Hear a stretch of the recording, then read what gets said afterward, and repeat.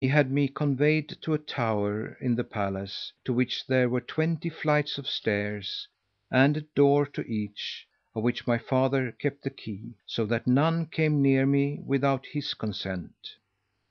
When the fairies heard of what had been done, they sent first to demand me, and on my father's refusal, they let loose a monstrous dragon, which devoured men, women, and children, and which, by the breath of its nostrils, destroyed everything it came near, so that even the trees and plants began to die.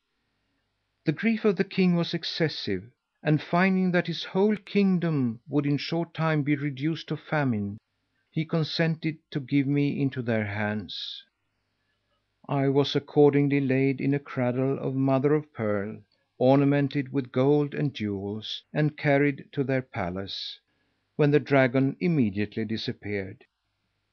The fairies placed me in a tower, elegantly furnished, but to which there was no door, so that whoever approached was obliged to come by the windows, which were a great height from the ground. From these I had the liberty of getting out into a delightful garden, in which were baths and every sort of cooling fruit. In this place was I educated by the fairies, who behaved to me with the greatest kindness. My clothes were splendid, and I was instructed in every kind of accomplishment. In short, prince, if I had never seen any one but themselves, I should have remained very happy. One day, however, as I was talking at the window with my parrot, I perceived a young gentleman, who was listening to our conversation. As I had never seen a man but in pictures, I was not sorry for the opportunity of gratifying my curiosity. I thought him a very pleasing object, and he at length bowed in the most respectful manner, without daring to speak, for he knew that I was in the palace of the fairies. When it began to grow dark, he went away, and I vainly endeavoured to see which road he took. The next morning, as soon as it was light, I again placed myself at the window, and had the pleasure of seeing that the gentleman had returned to the same place. He now spoke to me through a speaking trumpet, and informed me he thought me a most charming lady, and that he should be very unhappy if he did not pass his life in my company. I resolved to find some means of escaping from my tower, and was not long in devising the means for the execution of my project. I begged the fairies to bring me a netting needle, a mesh, and some cord, saying I wished to make some nets, to amuse myself with catching birds at my window. This they readily complied with, and in a short time I completed a ladder, long enough to reach the ground.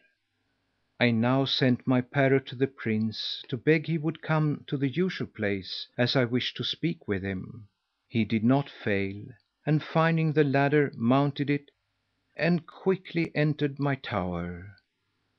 This at first alarmed me, but the charms of his conversation had restored me to tranquillity, when all at once the window opened, and the fairy Violent, mounted on the dragon's back, rushed into the tower. My beloved prince thought of nothing but how to defend me from their fury, for I had had time to relate to him my story previous to this cruel interruption. But their numbers overpowered him, and the fairy Violent had the barbarity to command the dragon to devour my lover before my eyes. In my despair, I would have thrown myself also into the mouth of the horrible monster, but this they took care to prevent, saying my life should be preserved for a greater punishment.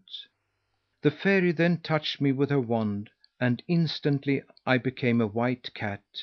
She next conducted me to this palace, which belonged to my father, and gave me a train of cats for my attendants, together with the 12 hands that waited on your highness.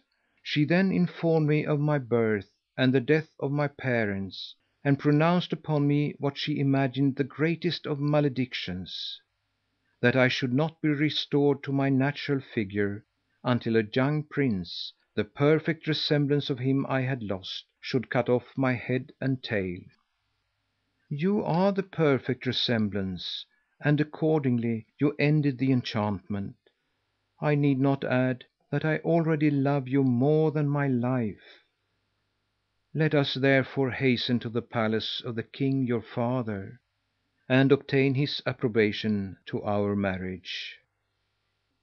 The prince and princess accordingly set out side by side in a car of still greater splendour than before, and reached the palace just as the two brothers had arrived with two beautiful princesses. The king, hearing that each of his sons had succeeded in finding what he had required, again began to think of some new expedient to delay the time of his resigning the crown. But when the whole court with the king was assembled to pass judgment, the princess who accompanied the youngest, perceiving his thoughts by his countenance, stepped majestically forward, and thus addressed him: "It is a pity that your majesty, who is so capable of governing, should think of resigning the crown. I am fortunate enough to have 6 kingdoms in my possession. Permit me to bestow one on each of the eldest princes, and to enjoy the remaining 4 in the society of the youngest. And may it please your majesty to keep your own kingdom, and make no decision concerning the beauty of the 3 princesses, who, without such a proof of your majesty's preference, will no doubt live happily together." The air resounded with the applauses of the assembly. The young prince and princess embraced the king, and next their brothers and sisters. The 3 weddings immediately took place, and the kingdoms were divided as the princess had proposed. End of the story. The White Cat.